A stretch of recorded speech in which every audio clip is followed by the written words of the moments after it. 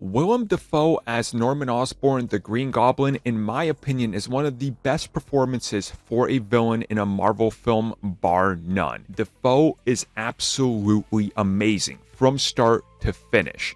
So recently, the actor revealed why exactly he decided to come back and his philosophy in regards to Green Goblin and Spider-Man No Way Home.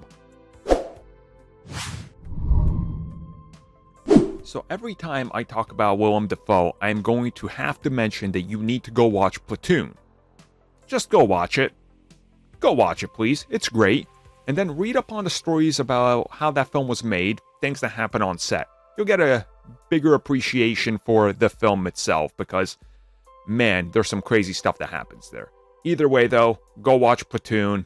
Now let's talk about the Green Goblin. So while doing many rounds that all started with the Brazil Comic-Con CCXP all the way to, well, pretty much everywhere he is, he's asked about, hey, why did you finally decide to return to Spider-Man?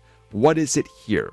What was it that brought you back? And besides the obvious, hello, I like money. He talks a little bit more about what the Green Goblin means to him, specifically the story he was pitched, the state of the MCU, Spider-Man, the power struggle, the story that they would have, and also the fact that if you look at the Green Goblin, how the character's story, who he was before he got that gas, who he is after it, the manipulation nature, the philosophy he has, the mind games he plays, how he knows exactly where to strike, that this was something that he wanted to explore even further, to play around with those ideas.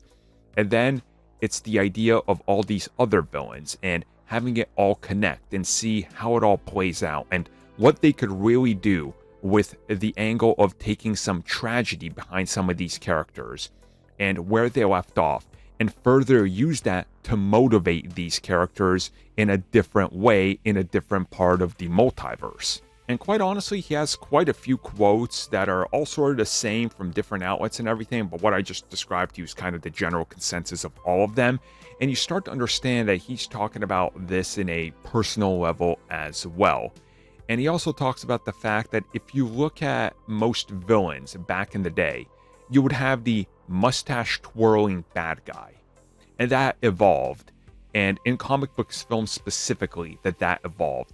And he saw the Green Goblin as more than that, as somebody that's more than just wah, evil, wah. I'm pretty sure I just sounded like Waluigi or something there. Either way, though, I do appreciate what he's saying here, and it makes sense. And, once you see more of the Goblin, you understand his evolution. And I think this really does work. And it's definitely something that I think works for the best and isn't something that's like, well, let's just make him a villain that's evil for the sake of evil.